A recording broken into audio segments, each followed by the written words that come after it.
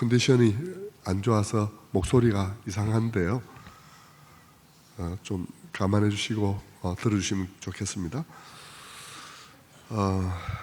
오늘 우리가 읽은 이 말씀을 보면 우리가 읽은 본문의 바로 앞에 예수님의 계보가 나옵니다. 아브라함이 이삭을 낳고 이삭은 야곱을 낳고 야곱은 유다와 그의 형제들을 낳고 유다는 다말에게서 베레스와 세라를 낳고 얘기가 나오죠.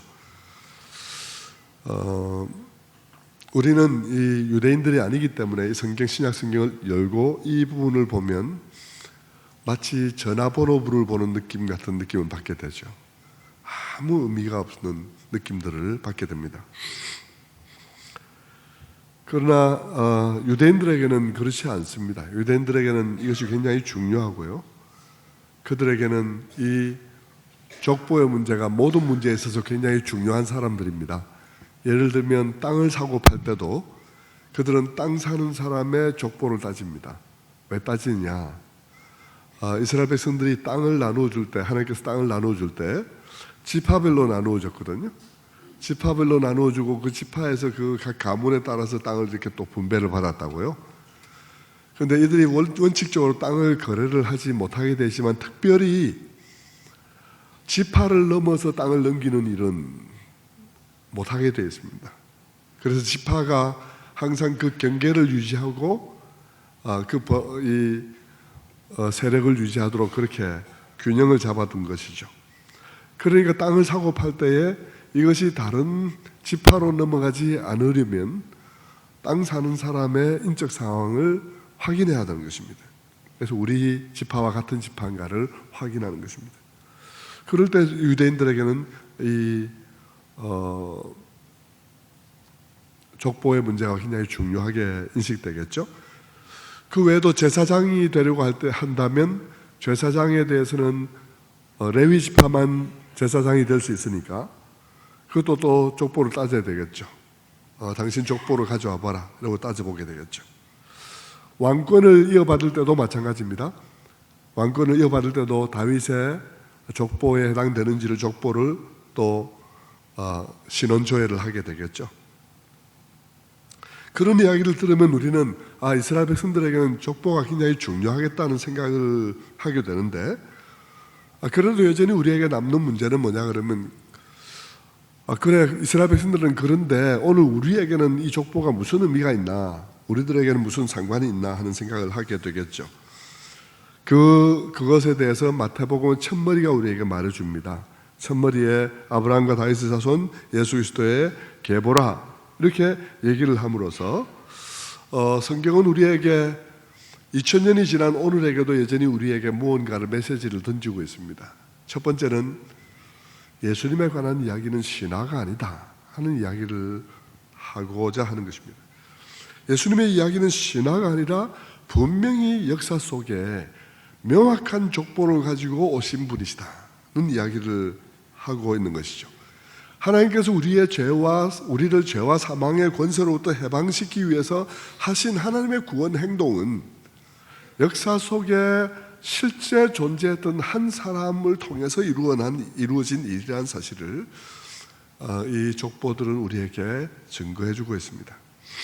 두 번째로 이 예수님의 탄생에 관해서 이 족보들은 단지 이 예수님의 탄생이 역사적인 사실일 뿐만 아니라 역사적으로 실존했던 인물일 뿐만 아니라 예수님의 탄생은 오래전에 그들의 조상들에게 약속하셨던 하나님의 약속들을 성취하는 탄생이다는 이야기를 하고 있습니다.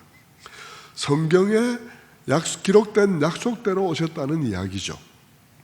특별히 아브라함의 자손, 다윗의 자손이라고 언급했는데 그것은 아브라함과 다윗에게 특별한 약속을 주셨기 때문이에요. 그래서 아브라함과 다윗에게 주신 특별한 약속을 성취하기 위해서 오신 분이시다는 이야기를 하고 있는 것이죠.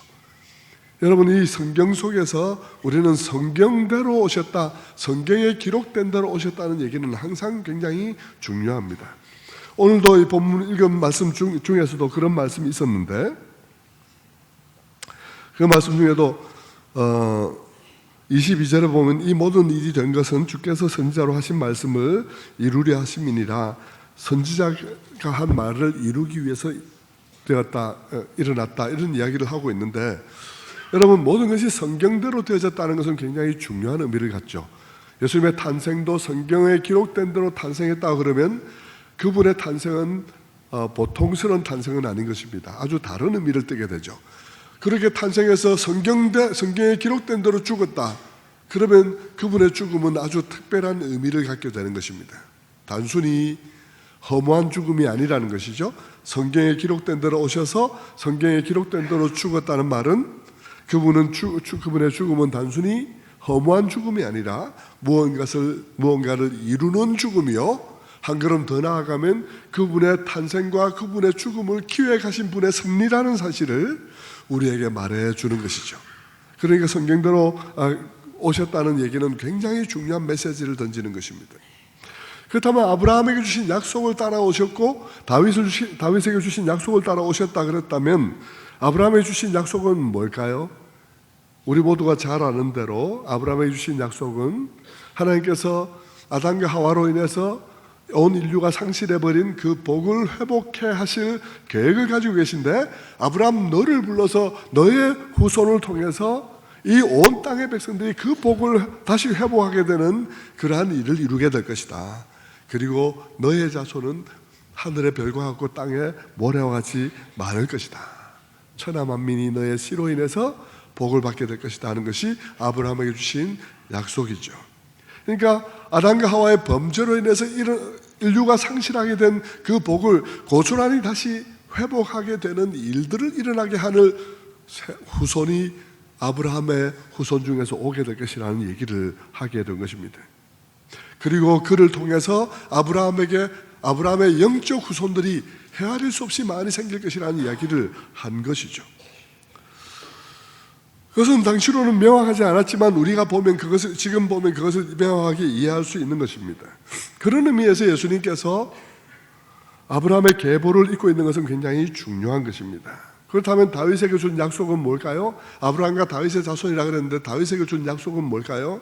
다윗에게 준 약속은 너의 나라와 너의 왕권이 영원할 것이다 하는 것입니다. 몇 가지 다윗에게 준 약속이 몇 가지가 있는데 성경을 한번 찾아보도록 하죠. 사무엘하 7장 13절 앞에 나올 것입니다. 사무엘하 7장 13절 그는 내 이름을 위하여 집을 건축할 것이요 나는 그의 나라 왕위를 영원히 견고하게 하리라. 나는 그에게 아버지가 되고 그는 내게 아들이 되리니 그가 만일 죄를 범하면 내가 사람의 매와 인생의 채찍으로 징계하려니와 내가 내 앞에서 물러나게 한 사울에게서 내 은총을 빼앗은 것처럼 그에게 빼앗지는 아니하리라. 네 집과 네 나라가 내 앞에서 영원히 보존되고 네 왕위가 영원히 견고하리라 하셨다 하라. 이렇게 다윗에게 언약을 해주셨어요. 그 언약을 통해서 하나님께서는 다윗에게 너의 나라, 너의 왕위가 영원하게 계속될 것이라 말하고, 그리고 너와 너의 후손은 결코 사울처럼 쫓겨나지 않을 것이다. 서로 잘못하는 일이 있다 할지라도 의의 징계는 받을지 모르지만 버림받지는 않을 것이다. 그렇게 말씀하셨어요. 그리고 너의 나라는 영원할 것이라고 말씀하셨죠. 여러분, 버림받지 않을 것이라고 말씀하시면서 나는 너와 너의 후손들에게 아버지가 될 것이고 그들은 내 자녀가 될 것이라고 말씀하셨거든요. 그래서 영원히 버림받지 않는 이유는 뭐냐면 자녀가 되기 때문에 버림받지 않는다는 것입니다. 자녀는 오늘 자녀였다가 내일 자녀 아니었다가 다시 그 다음날 자녀되고 이렇게는 하지 않잖아요. 자녀는 언제나 잘못할 때도 자녀이고 잘한 만큼만 자녀가 아니라 잘못해도 자녀고, 그렇죠. 언제나 자녀됨의 가장 큰 특권은 언제나 자녀라는 것입니다. 저는 그게 참 그리스도인들에게 큰 특권이라 생각이 들어요. 오늘도 우리가 예배드리러 올 수 있었던 것은 주중에 이 불과 3일밖에 안 되는 날 중에도 잘못한 분들이 많이 있을 거예요. 예배드리기에 내가 과연 예배하기에 합당한가 하는 그런 실수와 잘못을 저지르고 분노를 폭발하고 또 남 몰래 다른 어떤 남이 모르는 잘못을 저지른 그런 경우들이 있을 수 있지만, 그러나 그럼에도 불구하고 오늘 이 자리에 나와서 여러분 곰곰이 생각해 보면 내가 왜 이 자리에서 예배할 수 있나라고 묻는다면 자녀이기 때문에 예배할 수 있다는 생각이 들게 되는 것이죠. 그래서 다윗에게 하나님께서 그렇게 그 모든 것을 약속해 주셔요. 네 나라가 영원할 것이고 네 왕위가 영원할 것이고 너는 결코 쫓겨나지 않을 것이고 그것은 내가 너에게 아버지가 되기 때문이다. 내가 너를 의의 징계로 징계할지언정 너를 쫓아내지도 않겠다. 그렇게 말할 때 다윗은 너무 감격하죠. 너무 감격해서 성전에 들어갑니다. 사무엘하 7장 18절에 성전에 들어가서 다윗은 이렇게 말을 하죠.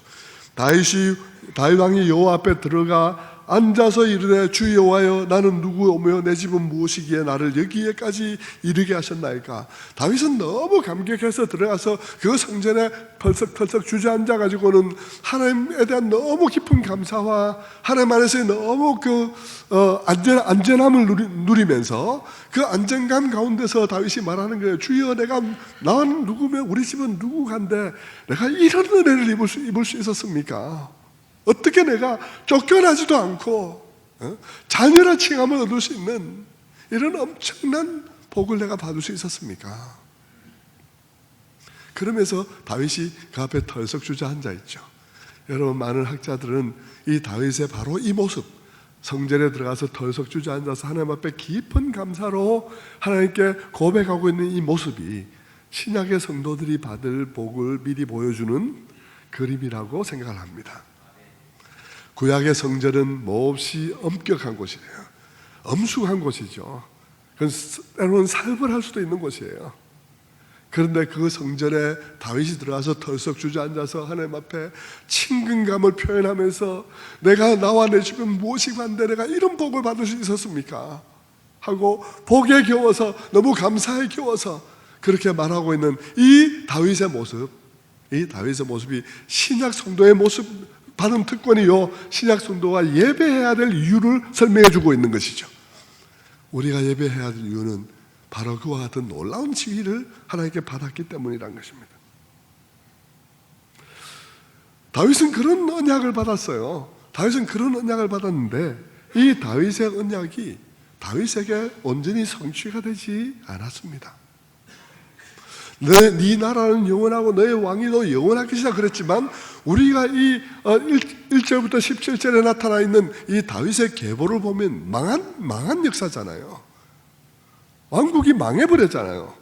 14대로 설명하고 있는데 14대는 아브라함부터 다윗까지 상승곡성을 긋고 다음 14대는 다윗으로부터 바벨론에게 패망할 때까지 하강곡성을 긋고 그 다음 바벨론으로 이거한 후에 14대 저 밑으로 바다 밑으로 가라앉은 역사를 보여주고 있습니다.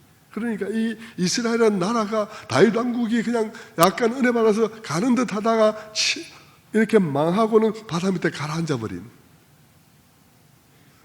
언제 희망이 올지 알 수가 없는 캄캄한 터널 속에 있는 것 같은 그런 상황 속에 끝나지 않는 터널 속에 있는 느낌 같은 것이 드는 게 이 14대의 역사이죠.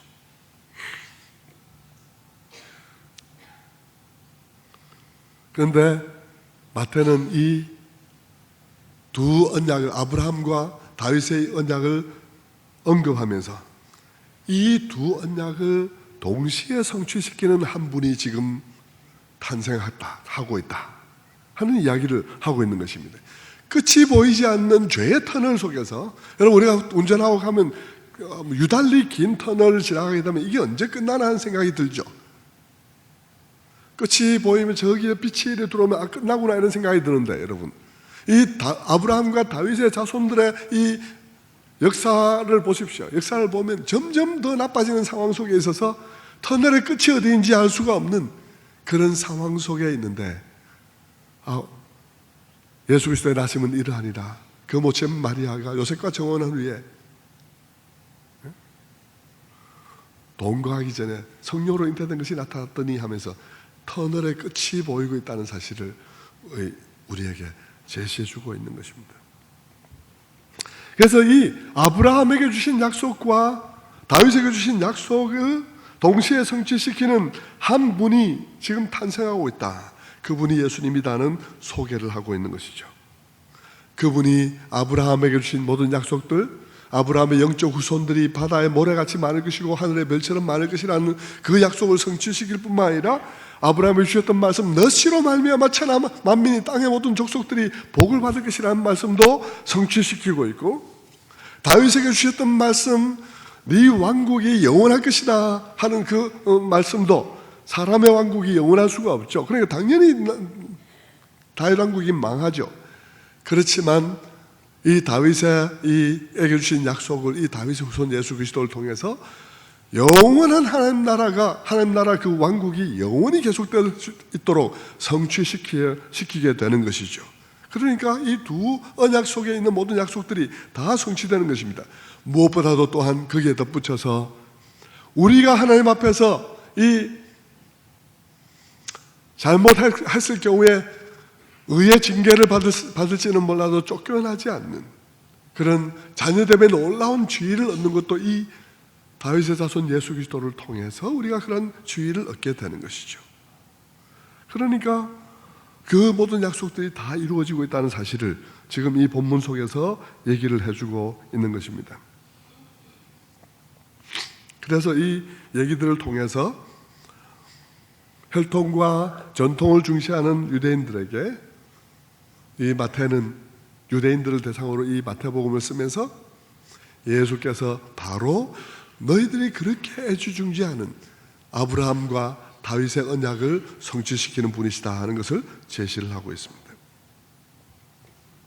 그런데 여러분, 이 아브라함으로부터 시작되는 이 계보를 자세히 들여다보면, 그리고 오늘 우리가 읽은 본문을 가만히 읽어보면 이 계보에 중대한 모순이 있다는 사실을 보게 됩니다. 중대한 모순이 있죠.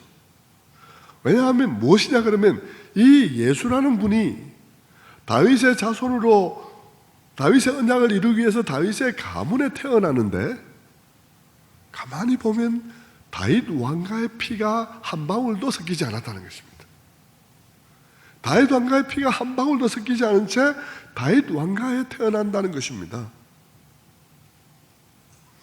무슨 말입니까? 오늘 18절 이하에 있는 말씀처럼 처녀가 잉태하여 아들을 낳을 것이니 그 이름은 임마누엘이라 하란 말씀처럼 마리아가 요셉과 정혼하고 동거하기 전에 성령으로 잉태된 일이 나타났다라고 말하고 있는 것이죠. 누가복음 1장에서 이 마리아에게 수태고지가 처음으로 주어진 날에 마리아가 말합니다. 내가 남자를 알지 못하는데 어찌 그런 일이 있겠습니까? 라고 말을 하죠.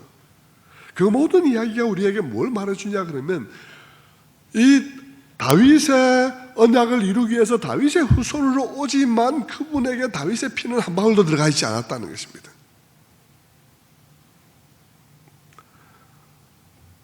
하지만 그것은 하나님의 의도적인 것이었어요. 왜냐하면 하나님께서는 다윗의 약속을 이루기 위해서 다윗의 계보 속에 그 아들을 보내시지만, 그러나 주님은 단지 다윗의 육신적 자손은 아니라는 것입니다.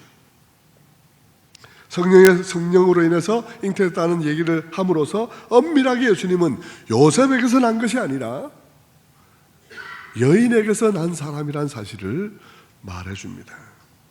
남자 없이 여자의 몸에서 탄생했다는 것이죠. 그분이 사람으로 오셨을 때 단지 사람만은 아니라는 것입니다. 그분은 사람이자 동시에 이 땅에 오신 하나님이라는 얘기를 하고 있는 것이죠.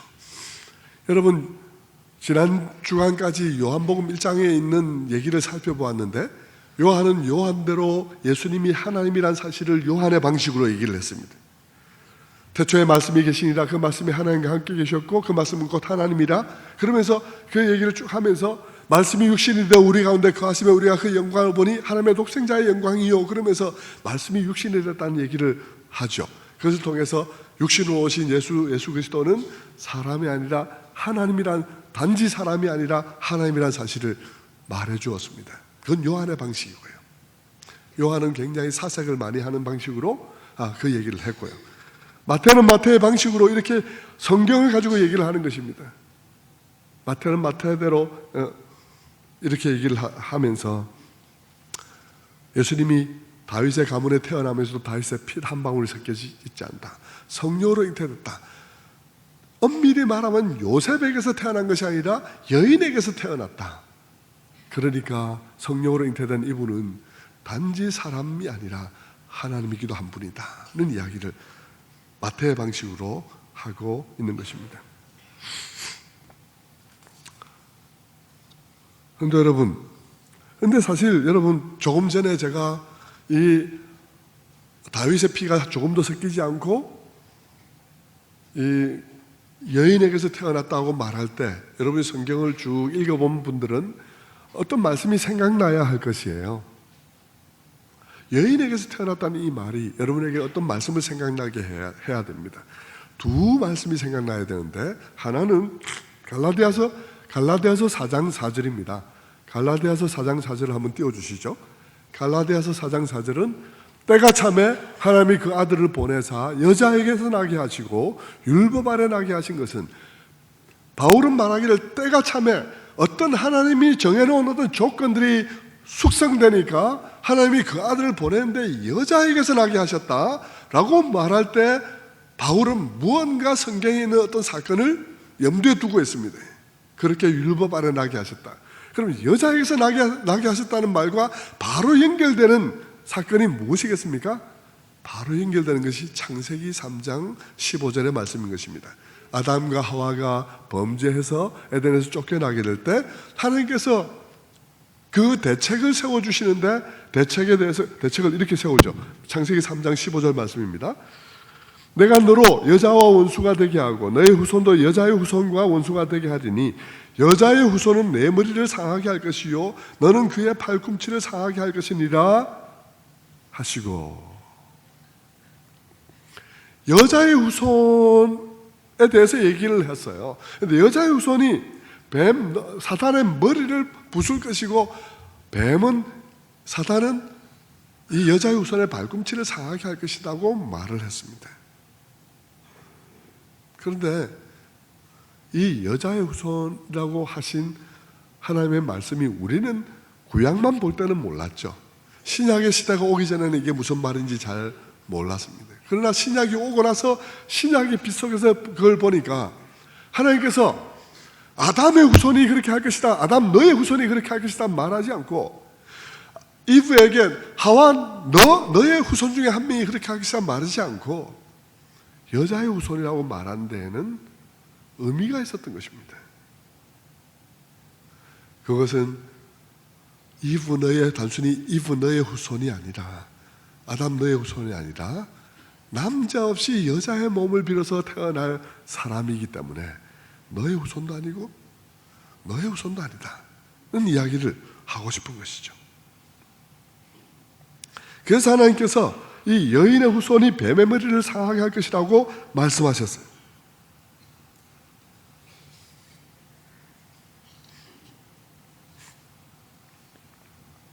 그래서 그 이상한 표현을 써가지고 다음에 메시아가 오게 될 것인데, 하나님께서 이 아담과 하와의 범죄로 말미암는 대책을 세울 것인데, 그 대책으로서의 하나님의 아들이 올 때에 그 아들은 남자로 말미암지 않고 여자에게서 나게 될 것이다, 아주 다른 방식으로 태어나게 될 것이라는 사실을 이미 그렇게 말씀해 주신 것입니다. 이렇게 우리가 보면 이 마태복음 1장 18절에 동정녀 마리아에게서 잉태된 것이 나타나고 그로 말미암아 거기서 예수 그리스도가 탄생하는 것은 단순히 한 사람의 탄생이 아니라 구약의 많은 사건들과 연결되어 있다는 사실을 알게 되죠. 이 탄생은 마태복음 창세기 3장 15절의 말씀을 성취할 뿐만 아니라 창세기 12장에 있는 아브라함의 약속을 성취할 뿐만 아니라 또 사무엘하 7장에 있는 다윗의 언약을 성취시키는 그런 사건임을 우리는 이해하게 되는 것입니다. 그러니까 여러분, 우리가 이런 이야기를 살펴보는 이유는 뭐냐 그러면, 하나님께서 얼마나 치밀하게 그의 아들을 보내시기로 계획하셨느냐를 이해할 뿐만 아니라 우리가 읽는 이 책이 얼마나 특별한 책인지를 우리가 이해하게 되는 거예요. 그 이해가 왜 필요하냐 그러면요, 우리의 믿음은 이 책에 있는 내용을 믿는 것이고요, 우리의 소망은 이 책에서 나온 소망을 믿는 것입니다. 여러분, 우리가 믿는 소망이 견고하려면 이 책이 너무나 특별한 책임을 알아야 되는 것입니다. 이 책이 이 세상에 존재하는 그냥 흔하디 흔한 책이라면, 섹스피어와 같은 작품과 같은 것이라면 그 책에서 내가 무슨 소망을 걸 만한 문구를 하나 발견했다 하더라도 그것이 내게 무슨 소망이 되겠습니까? 그런데 우리 그리스도인들이 정말 하늘이 두 쪽이라도 포기할 수 없는 소망을 갖게 된다면 그건 무엇 때문이겠습니까? 물론 하나님 때문이죠. 물론 예수님 때문이죠. 그러나 난데없이 하나님 때문이고 난데없이 예수님 때문은 아닙니다.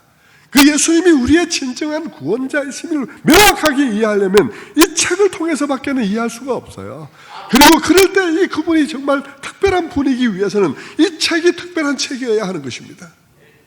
이 책이 얼마나 놀라운 책인지를 우리가 알게 될 때 우리는 이 예수 그리스도로 말미암는 소망이 얼마나 위대한 소망인지를 알게 되지요. 이 책이 하늘이 두 쪽이 나도 이 말씀은 있을 것이라고 우리가 믿게 된다면, 이 책을 그렇게 우리가 이해하게 된다면 우리의 소망도 마찬가지로 하늘이 두 쪽이 나도 없어지지 않을 소망인 것을 알게 되는 거예요. 언젠가 우리 모두는 다 죽음이란 자리에 가게 될 것입니다. 그 죽음의 자리에 가게 될 때 우리는 소망을 생각하게 되겠죠. 그 소망, 죽음도 없고 눈물도 없고 헤어짐도 없고 이별도 없고 고통도 없는 그 한 날로부터 시작되어지는 그 우리의 소망의 그런 시간들이 우리들에게 기다리고 있다는 사실을 우리가 그때 생각할 텐데, 여러분이 이 책이 정말 특별한 책이라는 것을 알 때 그 소망과 이 책에 대해서 전혀 알지 못할 때 그 소망은 전혀 다를 수밖에 없는 것입니다. 저는 여러분이 아무쪼록 이 성경책을 통해서 성경이 정말 특별한 책이구나, 예수님도 정말 특별한 분이구나 하는 것을 이 말씀들을 통해서 이해할 수 있게 되기를 바랍니다. 자, 이 계보를 여기다 이렇게 쭉 써주셨는데, 이 계보는 단지 예수님께서 역사적인 인물이다, 그리고 예수님께서 아브라함과 다윗에게 주신 약속을 성취시키는 인물이다 하는 것만을 우리에게 보여주는 것이 아닙니다. 2000년이 지난 오늘 우리에게도 이 계보는 우리에게 무슨 메시지를 던지고 있나 그러면, 이 계보를 볼 때 죄가 넘친 곳에 하나님의 은혜가 얼마나 넘쳤는지를 또한 보게 하는 것입니다. 왜냐하면 여기에 나오는 이 명단들을 보면요, 남자나 여자나 다 누더기와 같은 명단이기 때문인 것입니다. 이건 거의 그냥 더러운 거적대기를 모아놓고 전시해 놓는 것 같은 그런 이름들이죠. 아브라함, 이삭, 야곱, 유다, 다윗, 솔로몬, 므낫세와 같은 이 남성들의 이름을 한번 보십시오. 아브라함 어떤 사람이었나요? 물론 그의 믿음은 발전했지만 그러나 발전 과정 속에 아브라함은 비열한 짓들도 여러 번 했었죠. 아내를 다른 사람 손에 넘긴다든지 하는 이런 비열한 짓들도 했었습니다. 이삭 또한 아버지의 그런 행동들을 반복했고요. 야곱은 어떤가요? 야곱은 거의 평생도록 자기 계산에 빠져서 계속 사기치고 그렇게 집요하게 자기의 계획을 이루려고 애썼던 사람이죠. 유다는 어떻습니까? 유다는 타지에 갔다가 거기서 길거리에 앉아있는 창녀와 동침을 하게 되고 성매매를 했죠. 그런데 그 성매매한 그 창녀가 자기 며느리였습니다. 굉장히 비극적인 일들을 겪었죠. 다윗도 어떻습니까? 다윗도 바세바를 취하기 위해서 우리아라는 자기의 충신을 죽이는 그런 살인을 범하기도 했습니다. 솔로몬은 수많은 아내들을 취해서 결국 그 왕국이 쓰러지고 말았습니다. 므낫세는 이스라엘의 왕들 중에서 가장 최악의 왕이었고 수많은 그런 선지자들을 비참한 방식으로 죽였던 그런 사람입니다. 그런 사람들이 이 예수님의 계보에 쭉 들어있는 거예요. 여자들을 보면 어떻습니까? 여자들은 다말과 라합과 룻과 밧세바 이런 사람들입니다. 다말은 조금 전에 말씀드린 유다와 함께 동침했던 유다의 며느리였습니다. 그 여인은 형사취수혼제,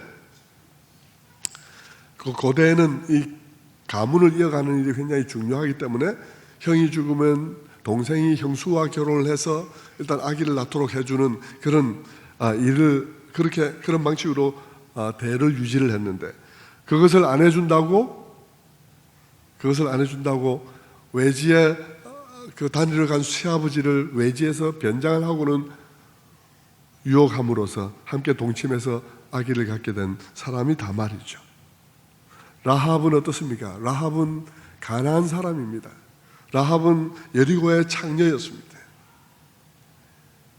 그 사람이 예수님의 계보에 들어있습니다. 룻은 어떻습니까? 룻은 모압 여인입니다. 이방인이죠.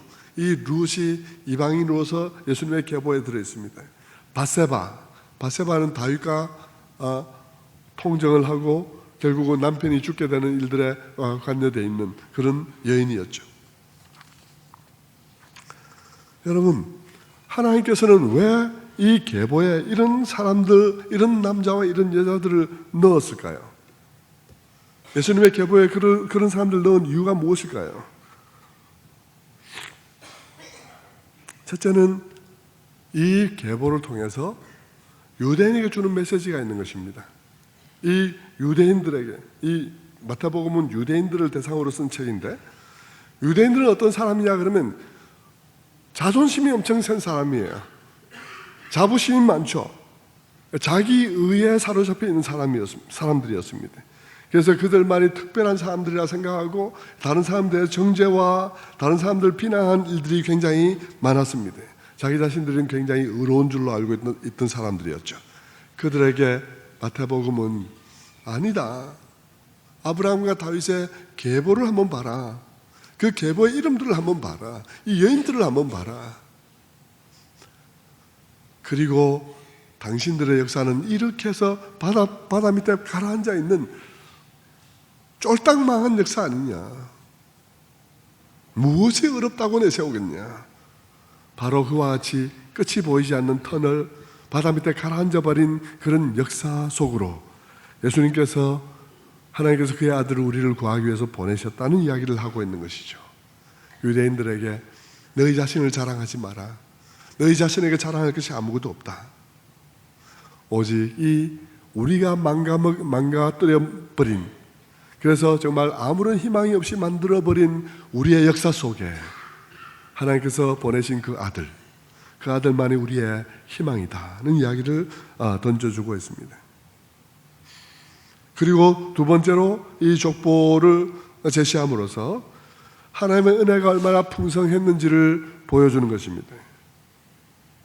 이런 족보 속에 수많은 죄인들, 남자와 여자 할 것 없이 모두가 다 그런 엄청난 그런 상황 속에 있는 것을 우리들에게 보여주면서 그들의 모든 그 연약함이 참 그렇게 참 심했지만, 하나님께서는 이 세상을 구원하려고 아브라함을 부르신 그 목적을 이루는 데 있어서 그들이 어떠함에 좌우되지 아니하고, 그들이 어떻게 실패하든지 그들의 실패에 좌우되지 않은 채 죄가 넘친 곳에는 더욱더 은혜를 넘치게 하는 방식으로 그 모든 죄 역사에도 불구하고 하나님의 그 계획을 이루고만 분이시다.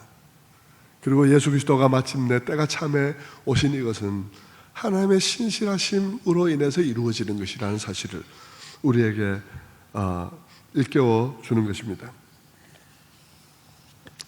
성도 여러분, 우리는 이 예수님의 가계도를 쭉 살펴보면서 그들의 명단 속에 하나님의 은혜가 빛나고 있는 것을 보게 됩니다. 유대인들 같으면 이 조상들에 대해서 이 조상들 중에 괜찮은 사람을 찾아보려고 찾아보겠지만, 그러나 이 계보를 들여다보면 들여다볼수록 우리의 시선은 하나님께로 옮겨갈 수밖에 없어요. 왜냐하면 여기는 아무것도 없으니까요.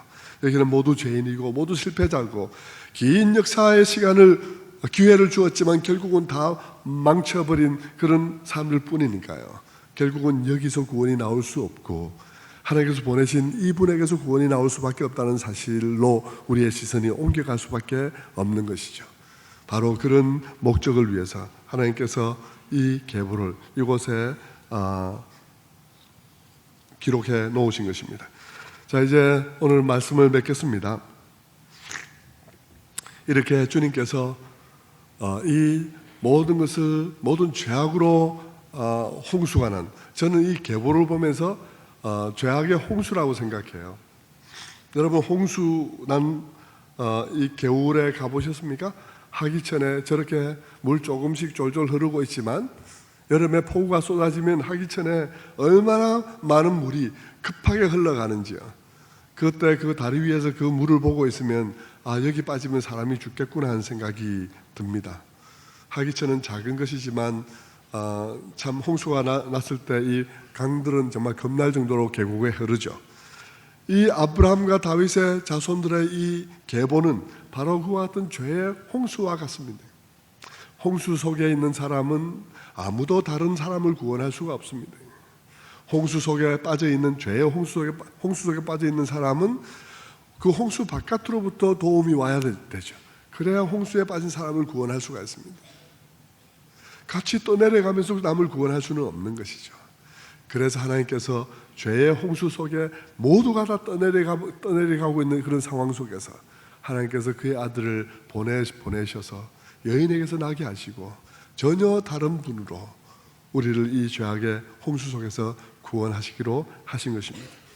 하나님께서는 그것을 위해서 하늘 보좌를 버리시고 이 땅에 오셔서 우리의 임마누엘이 되어주셨습니다. 자, 성탄을 맞아서 우리 자신에게 이 성탄은, 올해의 성탄은 우리에게 무슨 의미가 있을까 한번 생각하면서 적용해 보시기를 바랍니다. 우리의 성탄, 이렇게 죄 많은 사람들의 역사를 외면하지 않으시고 주님께서 이 땅에 오셔서 우리의 구주가 되셨다면 성탄절을 맞아서 우리도 이 연말연시에 많은 사람을 만날 텐데 그 중에는 만나서 반가운 사람도 있겠지만 만나면 정말 만나기 싫은 사람도 있을 수 있겠죠. 성탄을 맞아서 하나님은 우리를 만나고 싶었을까? 하나님은 이 역사 속에 오고 싶었을까? 그럼에도 불구하고 이 역사 속에 찾아오신 그것이 성탄절이라면 오늘 나의 성탄절은 나의 모든 관계 속에서 어떤 성탄이 되어야 될지를 한번 그렇게 적용해 보시면 좋겠습니다. 그래서 우리의 주변에 있는 사람들에게 나의 관계를 주님처럼 내가 그 참 악취나는 그런 관계 속에라도 내려갈 수 있는 우리가 되었으면 좋겠고요. 두 번째로는 주님께서 우리와 함께 함께 하시는 임마누엘 되어 주시기 위해서 엄청난 대가와 희생을 치르고 우리에게 오셨는데 우리는 이 성탄에 주님과 내가 함께 하기 위해서 어떤 희생을 치르나 하는 생각을 한번 적용해 보았으면 좋겠습니다. 하다못해 예배 드리러 오는 그 시간만 하더라도요, 10분 일찍 오는 것 우리가 늘 지각한다면 지각하지 말고 10분 일찍 오는 일이 내게 힘든 것입니까? 주님이 우리와 함께 하기 위해서 그 불가능한 갭을 메우면서 우리에게 오셔서 우리와 함께 하시는 주님이 되어주셨다면 우리도 그 주님과 함께 하기 위해서 내가 조금 일찍 오는 것을 내가 희생이라고 말할 수 있겠습니까?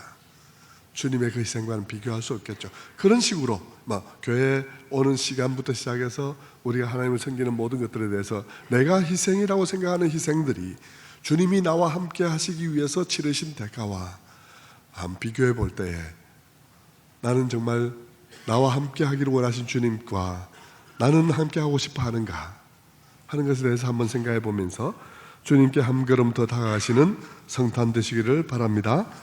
기도하겠습니다.